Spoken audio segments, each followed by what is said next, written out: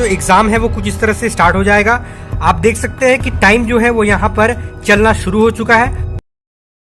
जहां पहले परीक्षाओं को ऑफलाइन के माध्यम से ओएमआर शीट पर लिए जाते थे, वहीं अब पूरे भारत में धीरे धीरे आईटीआई की परीक्षाओं को ऑनलाइन के माध्यम से कंप्यूटर पर लिया जा रहा है।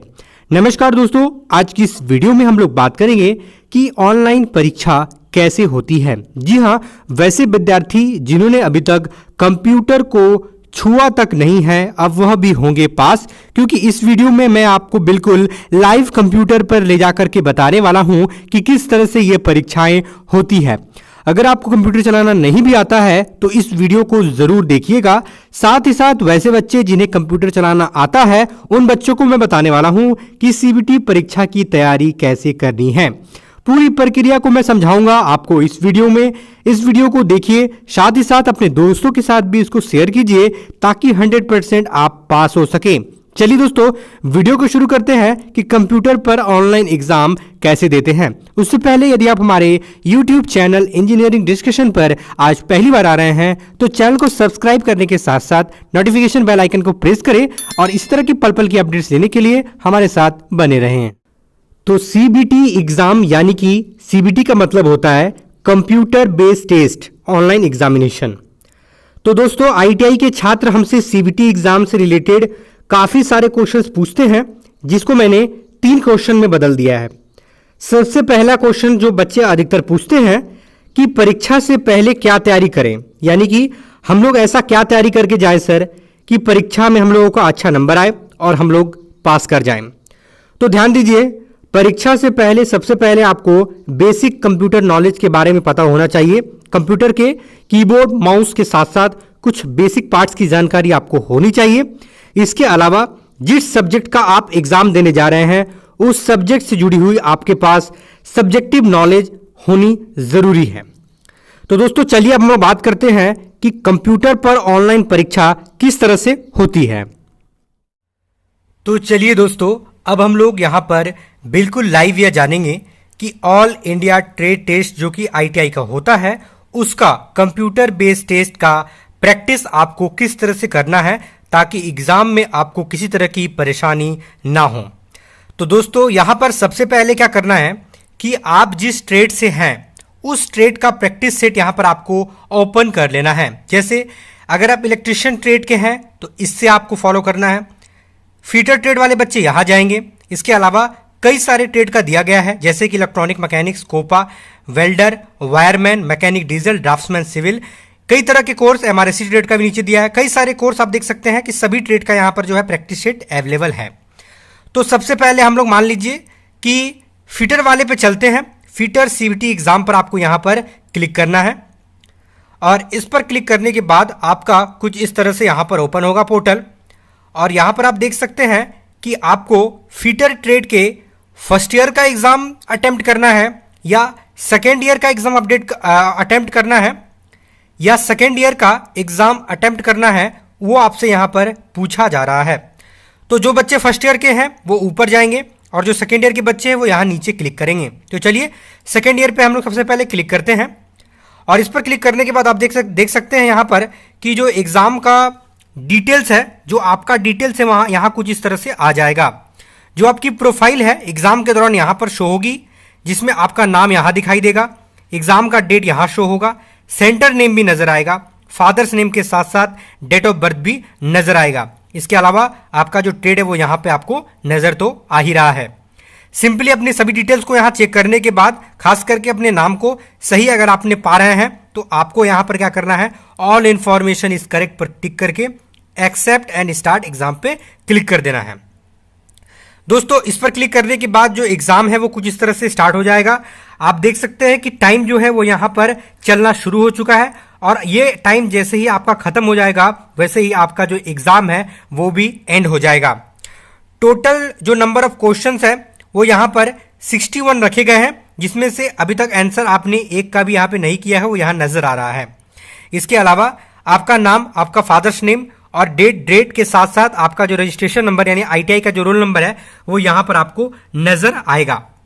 ध्यान रखना है कि नीचे जो है आपका यहाँ पर जो क्वेश्चन है वो आ चुके हैं। आपको मान लीजिए कि पहले क्वेश्चंस को इंग्लिश में ही पढ़ना है, और अगर आपको इंग्लिश में दिक्कत है तो नीचे हिंदी में भी क्वेश्चंस को दिया गया है, और जो इसका करेक्ट आंसर है वो भी इंग्लिश में है और हिंदी में है। सही ऑप्शन को आप इसको यहाँ से ऐसे करके टिक करना है, और अगर आपको लगता है कि यह जो आपने ऑप्शन टिक किया है ये गलत है तो आप इसको चेंज भी कर सकते हैं। इसके अलावा 1 नंबर क्वेश्चन का आंसर देने के बाद आपको क्वेश्चन नंबर 2 पे जाना है, तो सिंपली आप यहाँ से नेक्स्ट भी कर सकते हैं, या आप यहाँ से 2 नंबर को भी क्लिक कर सकते हैं। तो चलिए हम लोग पहले नेक्स्ट पर क्लिक करते हैं। नेक्स्ट पर क्लिक करने के बाद यहाँ पर आपका 2nd नंबर क्वेश्चन जो है वो आ चुका है, और आप चाहें तो इसका भी आंसर आप कर सकते हैं। ध्यान रहे कि आपको अपने सभी जो क्वेश्चंस हैं उसका एग्जाम का अटेम्प्ट करना है। क्यों? क्योंकि इसमें किसी भी तरह का माइनस मार्किंग नहीं है। लेकिन फिर भी अगर आप इस क्वेश्चन को स्किप करके अगले क्वेश्चन पे चले जाते हैं तो ये क्वेश्चन नंबर 3 आ गया है, लेकिन क्वेश्चन नंबर 2 पे आपने कोई भी टिक नहीं किया है, इसलिए यहां पर ये शो हो रहा है कि आपने इस क्वेश्चन का आंसर नहीं किया है। क्वेश्चन नंबर 3 पर टिक करने के बाद जैसे ही आप नेक्स्ट करते हैं तो आप देख सकते हैं क्वेश्चन नंबर 3 का आपने आंसर दे दिया है, लेकिन चूंकि आपने क्वेश्चन नंबर 2 का आंसर नहीं दिया था इसलिए यहां पर किसी भी तरह का मार्क नहीं है। अगर आपको ऑप्शन में डाउट है और आप इसको बाद में सॉल्व करना चाहते हैं तो आप फ्लैग ए क्वेश्चन पर टिक कर सकते हैं कि इसका आंसर मैं बाद में दूंगा। आप देख सकते हैं नंबर 4 वाले का ऑप्शन जो क्वेश्चन है वो ऑरेंज हो गया है, यानी आपको इसमें डाउट है।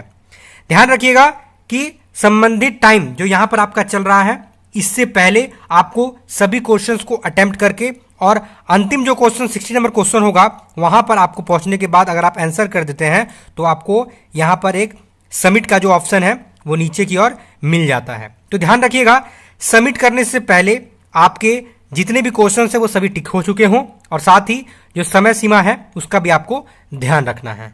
तो दोस्तों आपने देखा कि मैंने बिल्कुल लाइव तरीके से बताया कि परीक्षा से पहले किस तरह से आपको कंप्यूटर पर चीजों को सीखना है, प्रैक्टिस करना है। अब आगे हम लोग बात करेंगे नंबर 2 वाले क्वेश्चन पर कि परीक्षा कितने देर तक होती है। तो चलिए इसके लिए हम लोग डीजीटी के ऑफिशियल नोटिफिकेशन पर चलते हैं।